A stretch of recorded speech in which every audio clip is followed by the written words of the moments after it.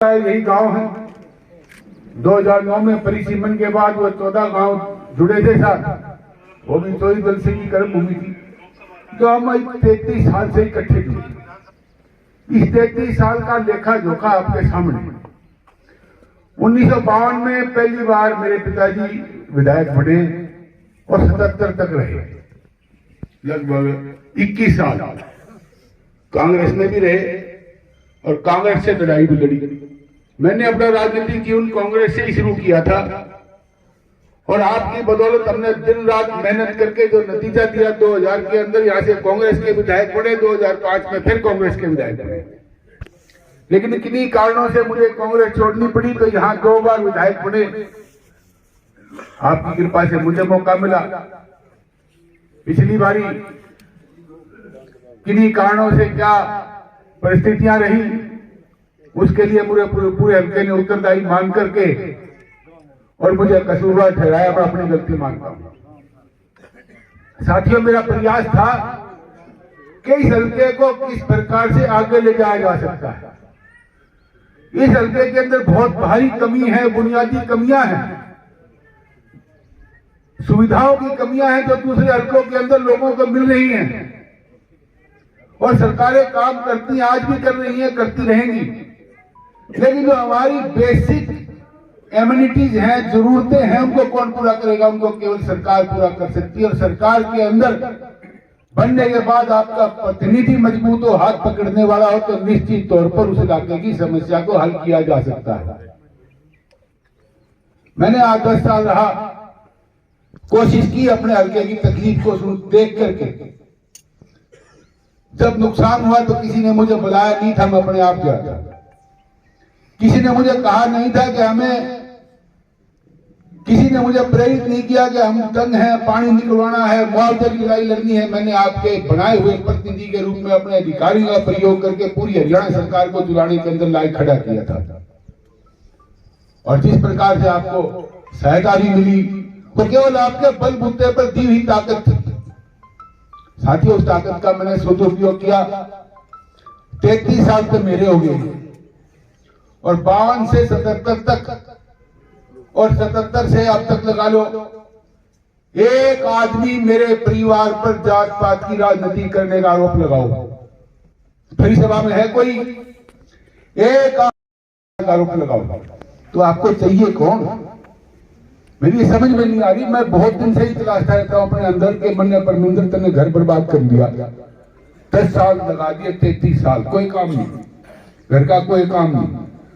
क्या कारण है आप बताओ? अगर मेरे अंदर कोई भ्रष्टाचार की, कोई राजनीति की गलती हुई हो, परिस्थितियां थी, मुझे कांग्रेस छोड़नी पड़ी। 10 साल मैंने कांग्रेस का पद संभाला, मेहनत करी। पूरे हरियाणा के अंदर 5 की 5 सीट नहीं आती थी, 5 की 5 सीट 2 बार कांग्रेस को मिली, वो आपकी बदौलत थी।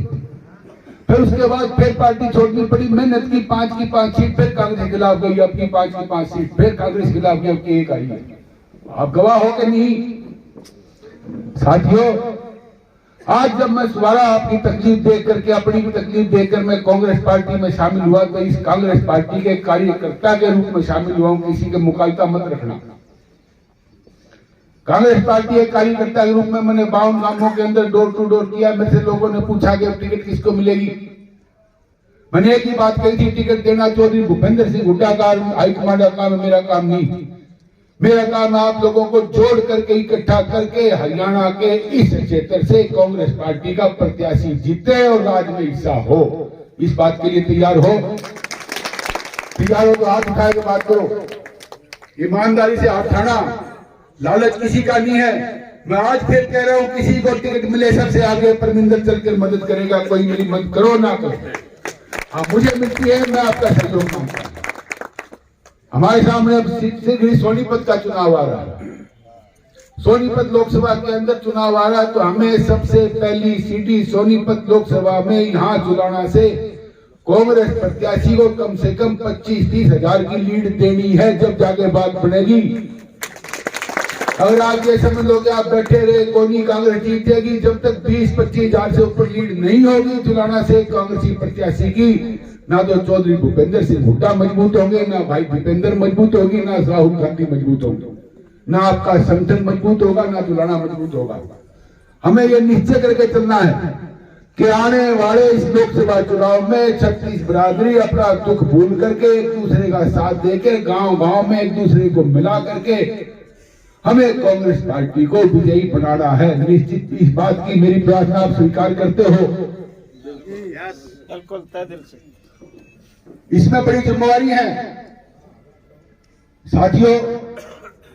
लगातार आपने 33 साल से मेरा सहयोग दिया। श्रवण भाई क्या था कि जब भी हम बुलाए हम तो आए, और मैं ऐसा खुशकिस्मत आदमी हूं कि 33 साल से लगातार अपने रैली भी हुई, मीटिंग भी हुए, जलसे भी हुए, जुलूस भी हुए। इन कार्यकर्ताओं के सहारे से मेरे से एक भी पैसा नहीं दिया, मेरे पे बहुत बड़ा एहसान करके। और निश्चित मानना कि इस बार प्रदेश में कांग्रेस का राज बनेगा। कोई दुनिया की ताकत रोकने वाली नहीं। जो भारतीय जनता पार्टी जेजेपी का नापाक संगठन था, जिन्होंने आज के सामने हरियाणा की दुर्दशा की है, ये सत्ता से बाहर जाएंगे और कांग्रेस आएगी। हमारा धर्म बनता है कि हमारे नेता जो लगातार संघर्ष कर रहे हैं, उनके साथ लग करके कंधे से कंधा मिलाकर अपने इलाके से कांग्रेस पार्टी को मजबूती प्रदान करके कांग्रेस का झंडा ऊंचा करके यहां से पार्टी पहले सोनीपत से जिताएं, फिर विधानसभा में जिताएं। साथियों, बहुत सी बात हुई थी कि बीजेपी ने क्या किया, कांग्रेस ने क्या किया।